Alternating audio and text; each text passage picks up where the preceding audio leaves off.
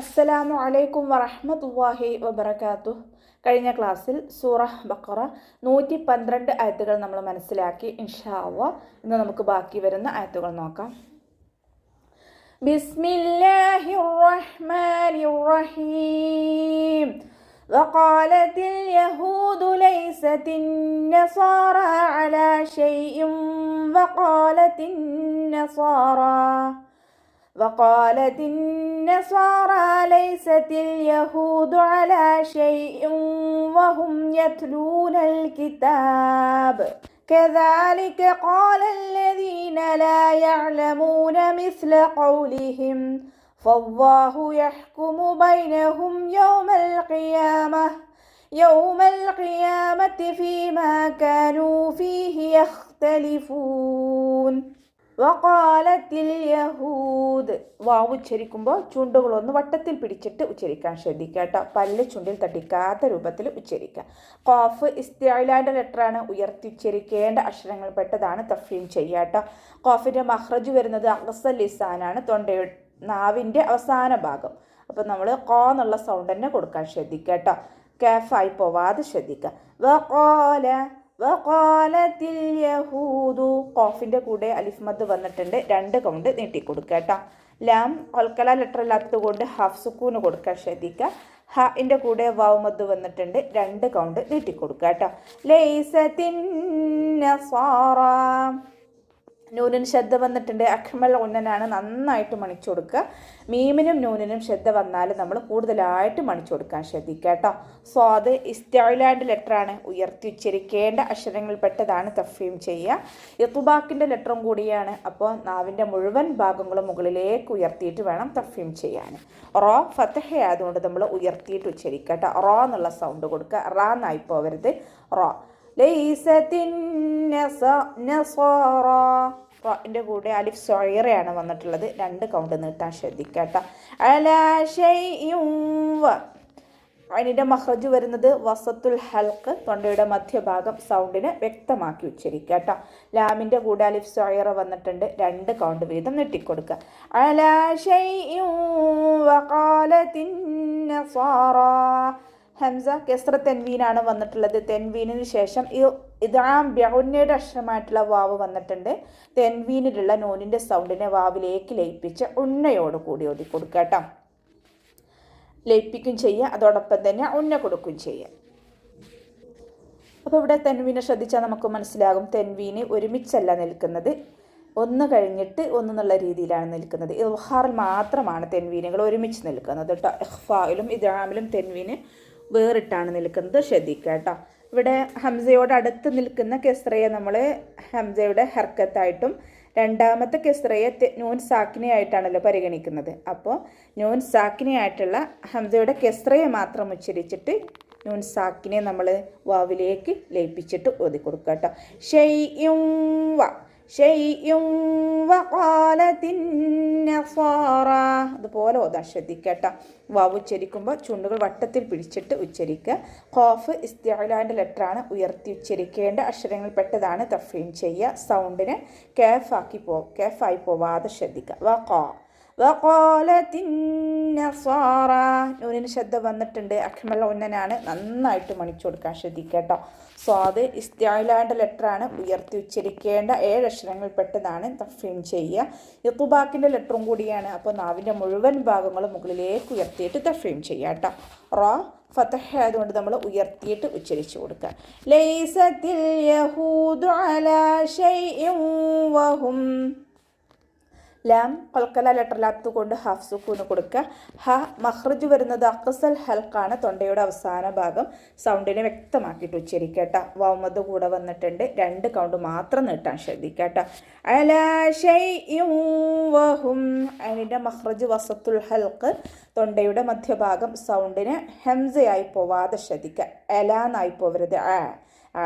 അലാ ഷൈഇൻ വഹും. ലാമിൻ്റെ കൂടെ അലിഫ് സൊയറയാണ് വന്നിട്ടുള്ളത്, 2 കൗണ്ട് നീട്ടാൻ ശ്രദ്ധിക്കുക കേട്ടോ. ഷൈഇൻ വഹും.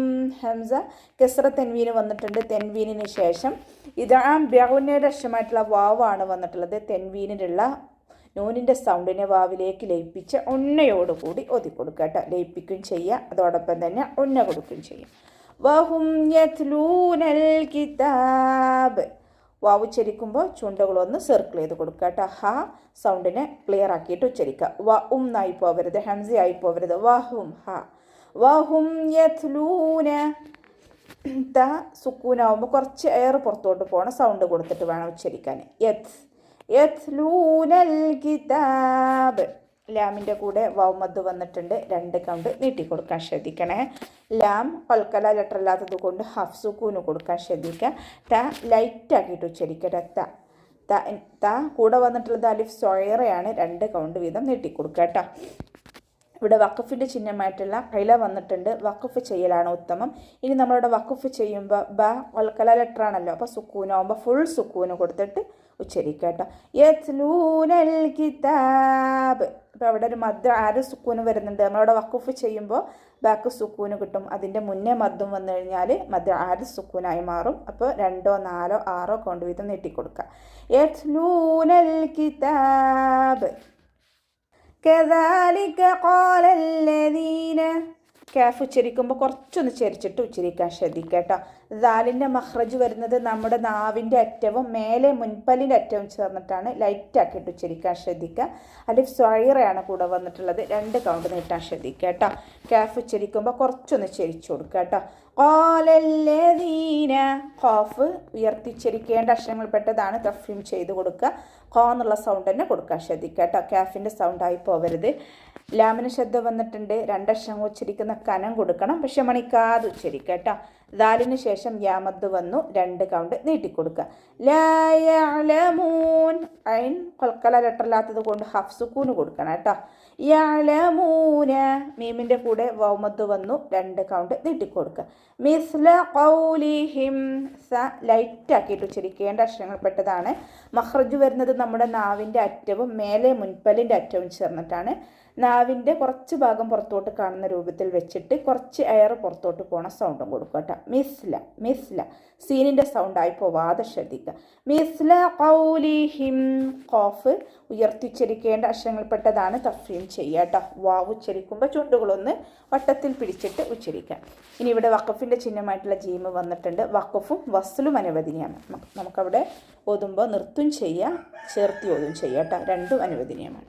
ഫല്ലാഹു യഹ്കുമു ബൈനഹും. അവ്വാ എന്നുള്ള നാമത്തിൻ്റെ മുന്നേഷത്തിന് ഫതഹ വന്നു. അവ്വാ എന്നുള്ള നാമത്തിലെ ലാമിനെ ഉയർത്തി ഉച്ചരിക്കുക കേട്ടോ. ഫ ലൈറ്റാക്കിയിട്ട് ഉച്ചരിക്കുക. ഫ മഖ്റജ് നമ്മുടെ മേലെ മുൻപല്ലിൻ്റെ അറ്റവും താഴെ ചുണ്ടിൻ്റെ ഉൾവശത്തെ നനഞ്ഞ ഭാഗവും ചേർന്നിട്ടാണ്. ലൈറ്റാക്കിയിട്ട് ഉച്ചരിക്കുക കേട്ടോ. ഫല്ലാഹു യഹ്കുമു. ഹ മഖ്റജ് വരുന്നത് വസത്തുൽ ഹൽക്ക്, തൊണ്ടയുടെ മധ്യഭാഗം. സൗണ്ടിനെ വ്യക്തമാക്കി കൊടുക്കുക. ഹ എന്നുള്ള സൗണ്ട് തന്നെ കൊടുക്കുക കേട്ടോ. യഹ്കുമു ബൈനഹും. യ കൽക്കല ലെറ്ററില്ലാത്തത് കൊണ്ട് ഹാഫ് സുക്കൂന് കൊടുക്കുക കേട്ടോ.